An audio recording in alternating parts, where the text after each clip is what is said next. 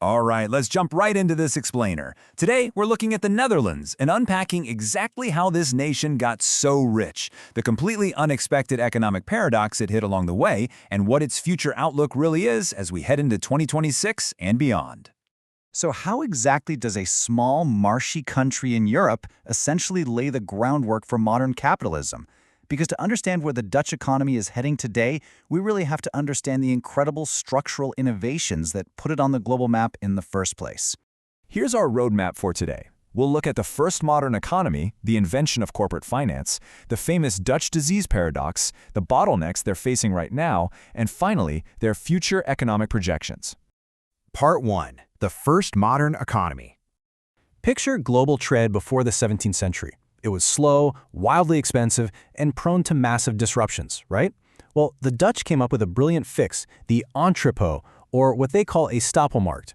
By turning Amsterdam into this giant central reservoir where European commodities were stockpiled and traded before being re-exported, they massively lowered transaction costs and smoothed out the era's crazy supply and demand fluctuations. Now, here's the kicker. They didn't start off with the glamorous stuff. They actually used revolutionary tech like wind-driven sawmills and highly efficient ships called fluits to completely dominate the bulk trade first. We're talking massive volumes of cheap goods like Baltic grain and herring. That unglamorous bulk trade generated the huge capital savings they needed to later aggressively bankroll the rich trades, the highly profitable spices, silk, and textiles. Which brings us to Part 2. Inventing corporate finance. You know, people often think the famous Dutch East India Company, or VOC, was born with some master plan for corporate governance, but they absolutely weren't. Between 1595 and 1623, intense financial strain and military costs literally forced them to invent things like permanent capital and limited liability on the fly. Initially, investors just paid cash up front for a single voyage and got paid when the ship returned. But as competition heated up, they merged into the VOC and slowly morphed that revolving finance system into a permanent capital structure. The root of the problem was massive spikes in short-term debt. Because they were fighting military campaigns and extending their Asian voyages to over 3 years, their cash flow completely dried up. The ships just weren't coming back fast enough to fund the next fleet. This massive liquidity nightmare forced the VOC to abandon revolving finance entirely and lock in permanent corporate capital by 1612. Honestly, it was a total game changer for modern capitalism. Moving on to Part 3. The Dutch disease paradox.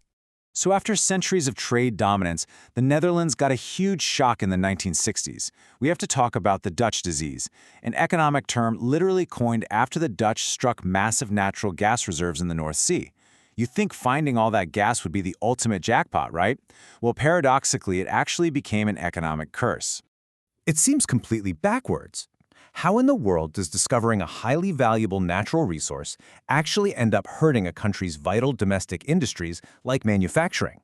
Well, economist W.M. Corden broke it down into two distinct steps.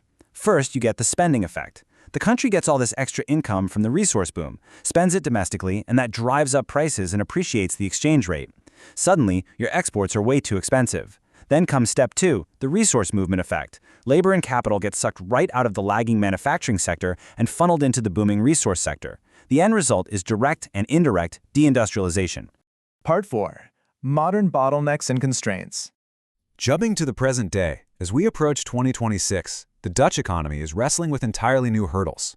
While massive infrastructure hubs like the Port of Rotterdam keep them highly connected globally, having such an incredibly open economy makes them really vulnerable. They're heavily exposed to geopolitical tensions, rising U.S. tariffs, and a global shift where countries are suddenly prioritizing strategic autonomy and secure supply chains over pure free trade. The big takeaway here is that current Dutch economic growth is running slightly below its true potential. Why?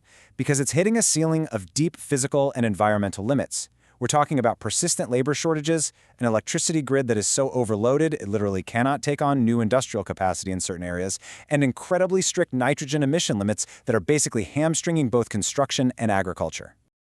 On top of that, Dutch exporters are bleeding market share right now because their domestic energy and labor costs are running way higher than their global competitors.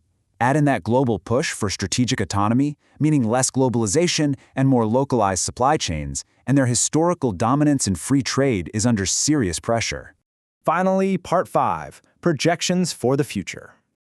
Despite all these intense hurdles, what's the actual outlook? Well, according to the Dutch Central Bank and Rabobank, GDP growth is expected to pick up. We're looking at a bump from a sluggish 0.8% in 2026 up to 1.2% in 2027 and reaching 1.3% by 2028. Plus, inflation is successfully cooling back down toward that 2% target. It's a moderate but highly resilient path forward. And going forward, this growth is going to be much more broadly based. They aren't just leaning on one single sector. It's being heavily propped up by government spending on defense and healthcare, plus household consumption is ticking up as wages finally start to outpace inflation.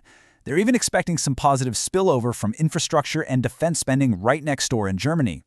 We're also seeing that after a slight deceleration in 2026, exports, especially re-exports, are going to bounce back strongly.